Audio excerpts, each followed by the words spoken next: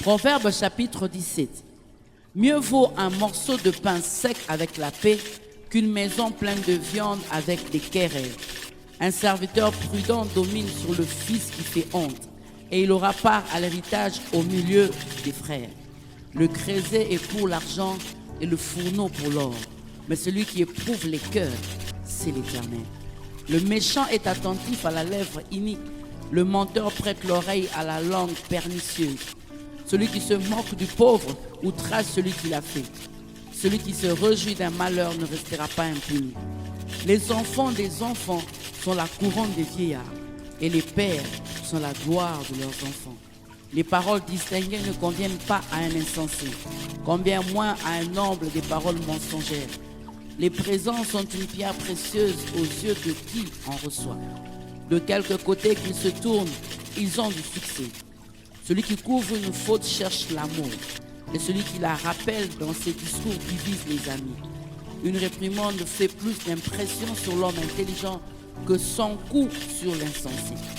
Le méchant ne cherche que révolte, mais un étranger cruel sera envoyé contre lui. Rencontre une ours privée de ses petits plutôt qu'un insensé pendant sa foule. De celui qui rend le mal pour le bien, le mal ne quittera point la maison. Commencer une querelle, c'est ouvrir une digue. Avant que la dispute s'anime, retire-toi. Celui qui absout le coupable et celui qui condamne le juste sont tous deux en abomination à l'Éternel. À quoi sert l'argent dans la main de l'insensé? Acheter la sagesse, mais il n'a point de sens. L'ami aime en tout temps, et dans le malheur, il se montre un frère.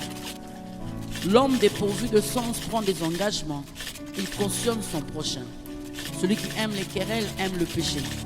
Celui qui élève sa porte cherche la ruine. Un cœur faux ne trouve pas le bonheur, et celui dont la langue est perverse tombe dans le malheur. Celui qui donne naissance à un insensé aura du chagrin. Le père d'un fou ne peut pas se réjouir. Un cœur joyeux est un bon remède, mais un esprit abattu dessèche les eaux. Le méchant accepte en secret des présents pour pervertir les voies de la justice. La sagesse est en face de l'homme intelligent, mais les yeux de l'insensé sont à l'extrémité de la terre. Un fils insensé fait le chagrin de son père et l'amertume de celle qui l'a enfanté.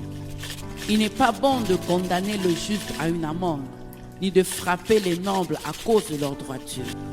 Celui qui retient ses paroles connaît la science, et celui qui a l'esprit calme est un homme intelligent. L'insensé même, quand il se tait, passe pour sage. Celui qui ferme ses lèvres est un homme intelligent.